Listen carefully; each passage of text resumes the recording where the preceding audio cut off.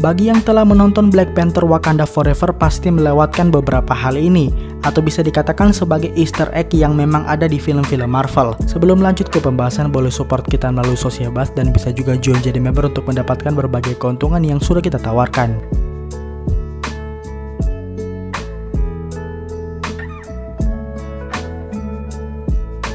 Di awal film, T'Challa dinyatakan meninggal akibat penyakit yang dirahasiakan. Kemungkinan penyakit itu adalah kanker yang juga diderita oleh Chadwick Boseman.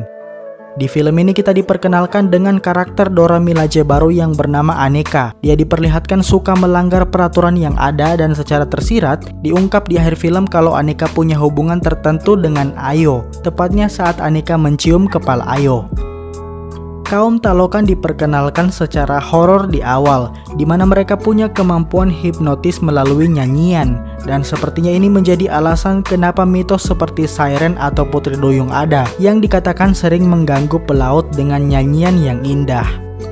Salah satu hal yang membuat banyak penonton bingung di film pertama adalah suku Jabari. M'Baku berkata kalau mereka adalah vegetarian, sementara yang menemukan T'Challa disebut sebagai nelayan Jabari. Akhirnya ditegaskan di film ini soal vegetarian suku Jabari ketika adegan ruang tahta M'Baku sedang makan wortel.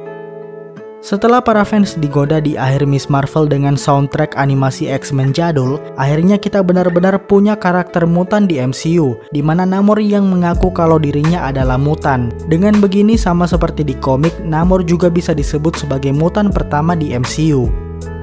Mungkin banyak yang tidak sadar, tapi setelah Okoye dicopot jabatannya, Ayo yang menggantikannya menjadi jenderal baru. Terbukti ketika Ayo yang melawan langsung Namor menggunakan pesawat Rayol Talon.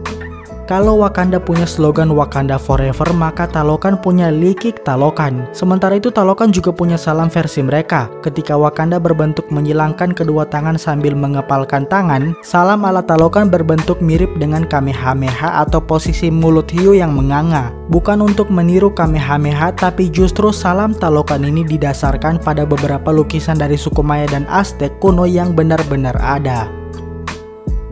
Pasti banyak yang heran ketika Shuri pergi ke alam roh, dia justru bertemu dengan N'Jedaka dan bukan ibunya. Sebenarnya ini bisa logis sebab Ratu Ramonda tidak pernah memakan heart shape herb, sementara pengonsumsi terakhir heart shape herb adalah N'Jedaka. Atau bisa juga karena Shuri punya tekad yang sama dengan N'Jedaka, yaitu balas dendam. Sementara itu alam roh Shuri berbeda dari milik T'Challa di tengah hutan atau Killmonger yang berada di apartemennya. Milik Shuri ternyata adalah ruangan tahta tempat kematian ibunya.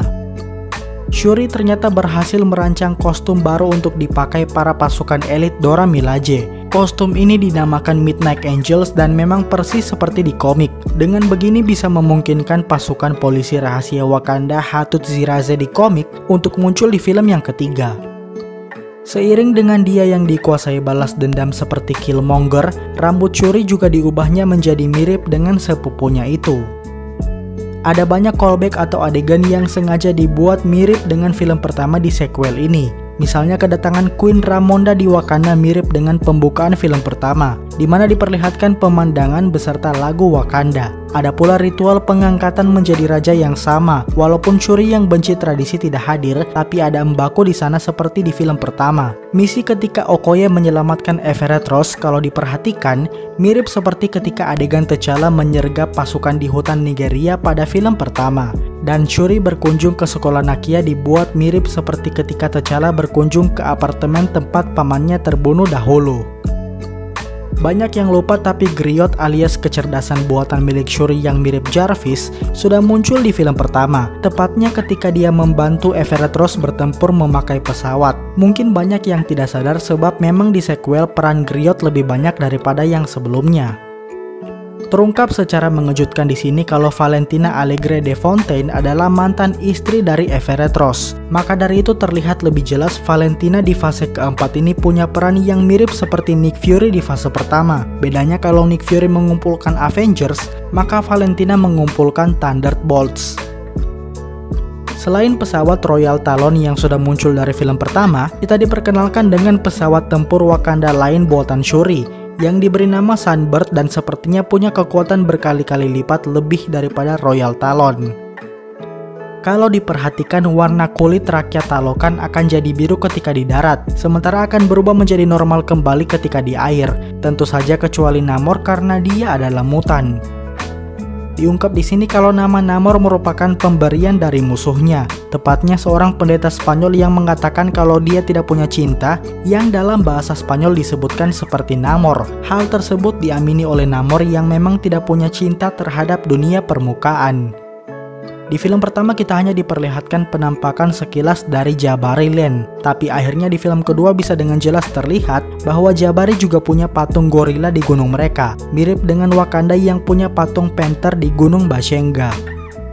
Secara tersirat dengan pengepungan di markas Riri Williams menjadi gambaran perlakuan polisi Amerika terhadap kaum kulit hitam. Bedanya Shuri, Okoye, dan Riri bisa melawan, namun orang-orang seperti George Floyd tidak.